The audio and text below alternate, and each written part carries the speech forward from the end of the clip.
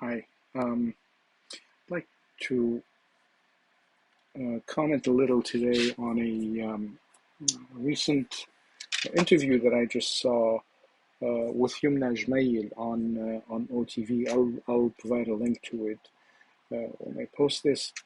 I found it to be commendable and courageous in many ways, especially her firm stand on the Syrian migrants in Lebanon, about 2 million of them to date, and her insistence that they be repatriated. I found that uh, her firmness very, very courageous. But I also found her to be prevaricating and timorous and banal and borderline duplicitous. And this is classic Lebanese politician style, but I found her really to be that's the only word I can find. I find to be duplicitous relative to the other topics that she was engaged with by a brilliant interviewer. I thought the interviewer was great.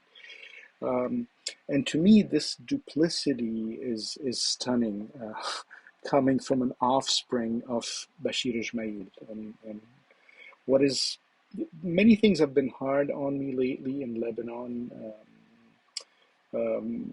What is hardest for me to swallow in this particular instance is not all the other stuff going on in Lebanon. It's not the Lebanese people's abdication um, to their rulers, so-called representatives. It's not their insistence on keeping in power these people, election after election, a bunch of corrupt snake oil merchants who are in reality, rather than leading, they're orchestrating, um, choreographing Lebanon's exit from history.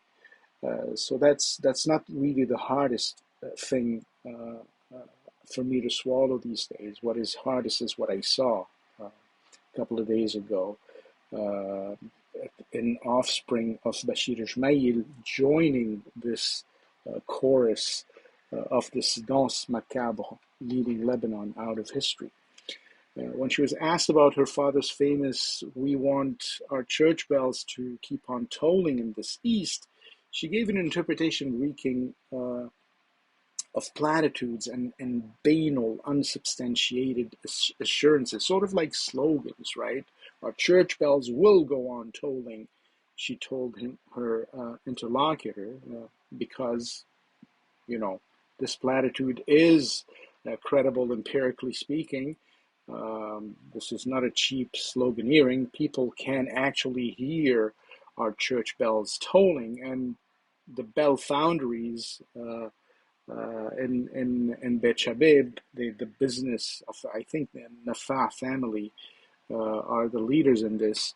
It seems that the Bet Shabeb foundry's business is booming these days. So yeah, we trust you, Yumna. Our church bells are actually tolling. I'm sorry, I don't mean to be disrespectful. I'm not. I'm just very angry.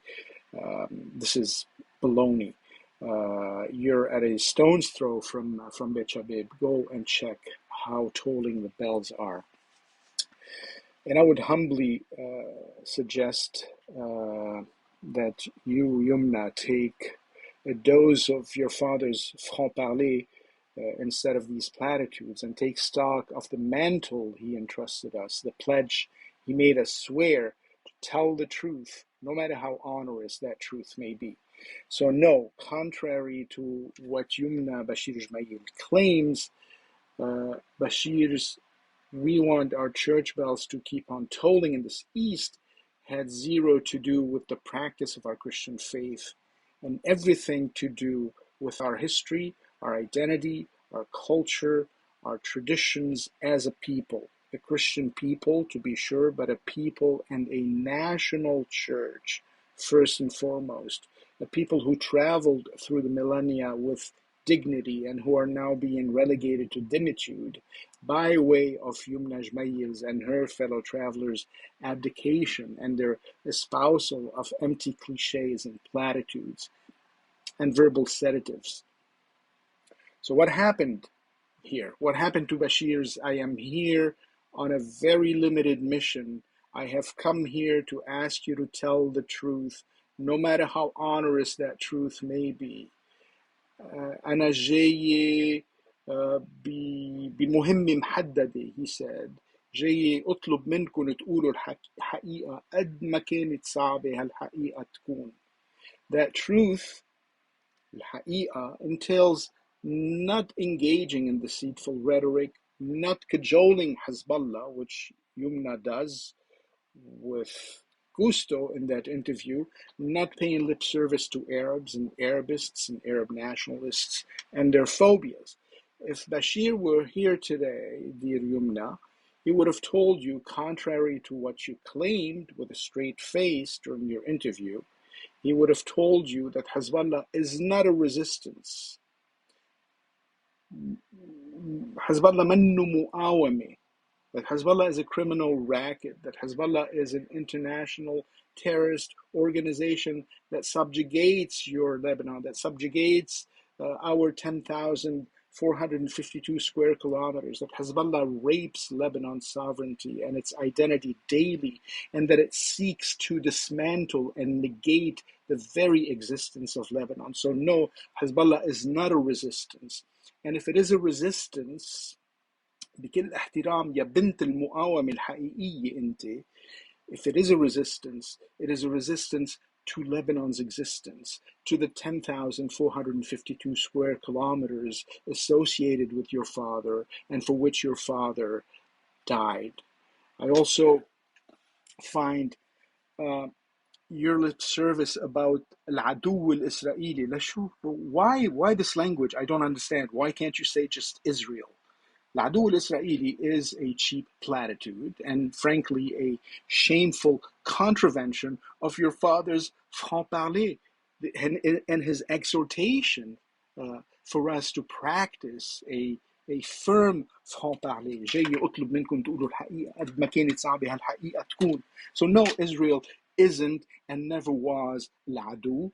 In fact, العدو الحقيقي today is Iran and its colonial force spéciale, Hezbollah, and the Ladu today and always is Syria and Arabo-fascism. Araf aduwak, Bashir used to say, Araf aduwak, Suri aduwak. This is another truism that seems to have escaped you, or that you, I don't know, for whatever reason, you seem to have wanted to sweep under the carpet. I wish I could say there was a saving grace in your interview. There simply was not.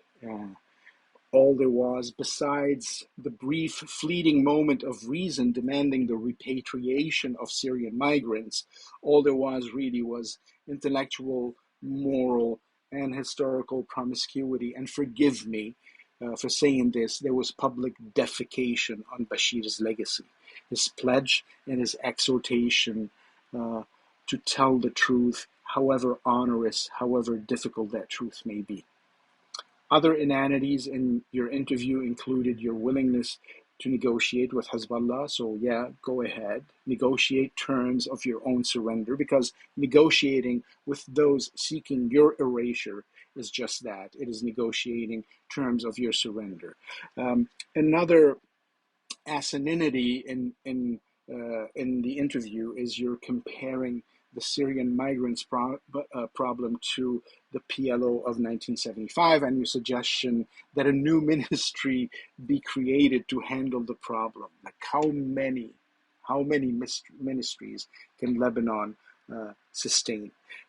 A typical cabinet in your run-of-the-mill democracy, typical cabinet should not contain more than a dozen ministers.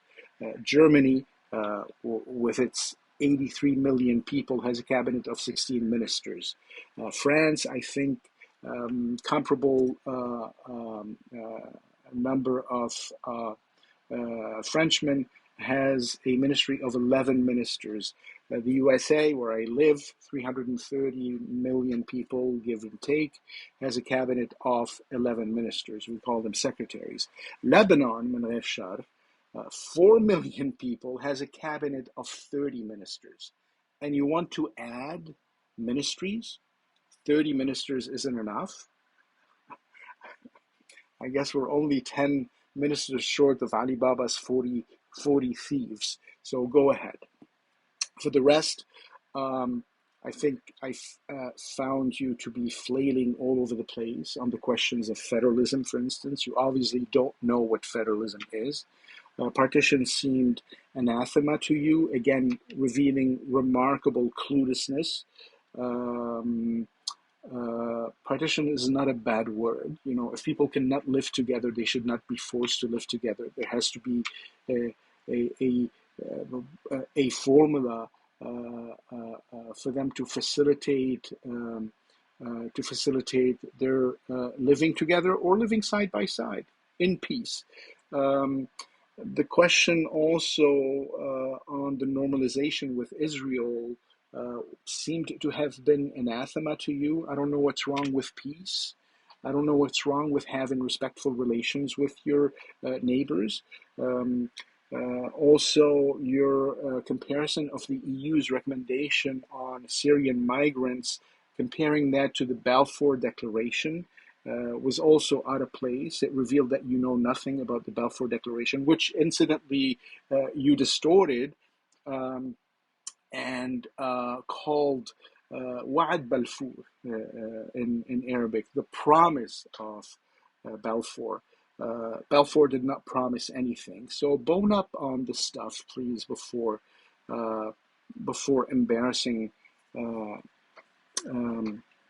embarrassing the legacy that we are trying to maintain. How about neutrality? Would you opt for neutrality, or do you want to keep Lebanon in the axis of resistance?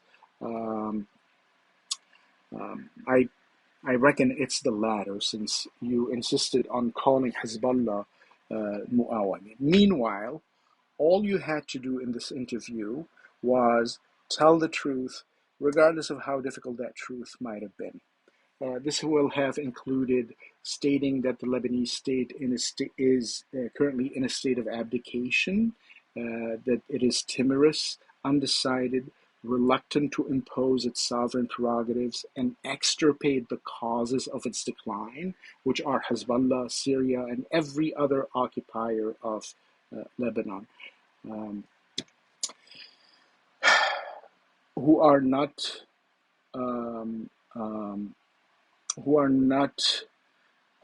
impossible to defeat, who are not big, who are not powerful, except because we allow them to be powerful. You allowed them in your discourse and your rhetoric during that interview. Ils ne sont grands que parce que vous êtes à genoux.